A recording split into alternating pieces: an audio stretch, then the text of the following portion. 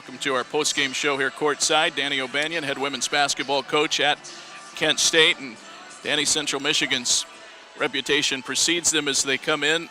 5-0 coming in. They leave 6-0, a very talented team. Their quickness tonight seemed to me to be maybe a level that we have not seen, at least by many of our opponents this year. Yeah, there's no question, Dave, that Central Michigan was, they were probably a top 40 team tonight in the country. They're very talented. They have some very dynamic players, and certainly their length and athleticism created a lot of challenges for us from a defensive standpoint. So they certainly are as good as advertised. Well, Crystal Bradford led the way with 21 points. She's so explosive because she can score off the dribble. She can drive to the basket, a very versatile player, and very fortunate for fans in this conference to be able to see a player of that caliber. Sure, you would have to argue that Bradford is one of the best players to play in our conference, probably in the history of our conference. So, you know, it is a treat to come see her play until it happens to you. Not too much fun to coach against. Not too much fun to coach against, but that's a really nice basketball player, and that's a very talented basketball team that I'm happy to say represents our conference.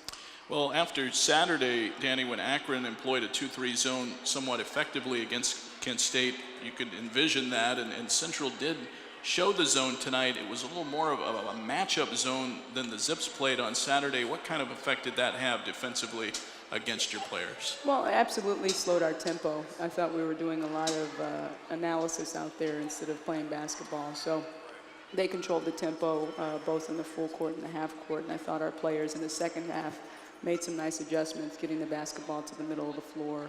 We had more people willing in the middle of the floor to square up and make something positive happen for our team. This won't be the last time we look at a 2-3 zone, so obviously we'll continue to work on that in practice.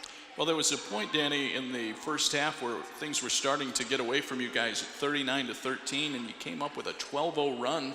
Really had a very nice stretch there in the first half.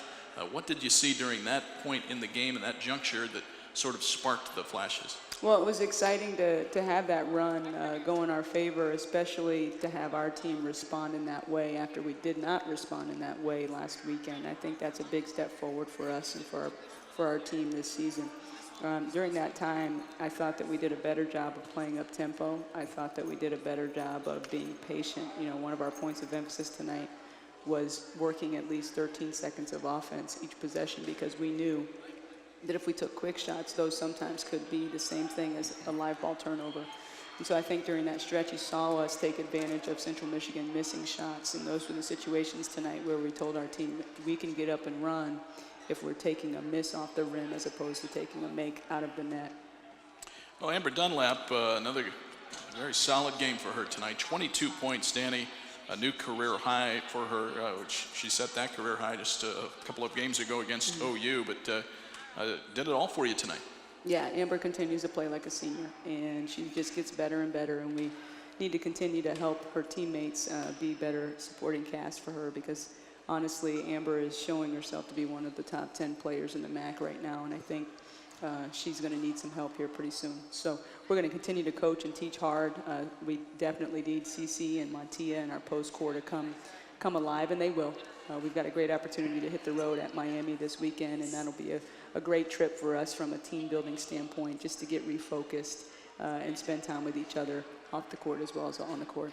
That's some quality minutes tonight by your freshman, Emily Leonard. Knocked down a shot on the baseline there for her only 2 points tonight, but she had a chance to take that shot again after she missed the first time and connected. That's those little moments are big confidence builders for young players, right? No question. I thought she did a nice job. I thought Janae came in as a youngster and did a nice job, and it's very encouraging to start to see these freshmen have more of a pivotal role for our team, and we're going to need them to do that more and more. And then we're hopeful that Larissa can rejoin us here in short order so that we can get all 4 of the freshmen back involved in our offense, particularly. We'll see you on Saturday, Danny. Of course, we'll have it here on the radio, and we'll see you down in Oxford. Great. Go Flashes. All right, that's Danny O'Banion joining us here on our post-game show, as she always does.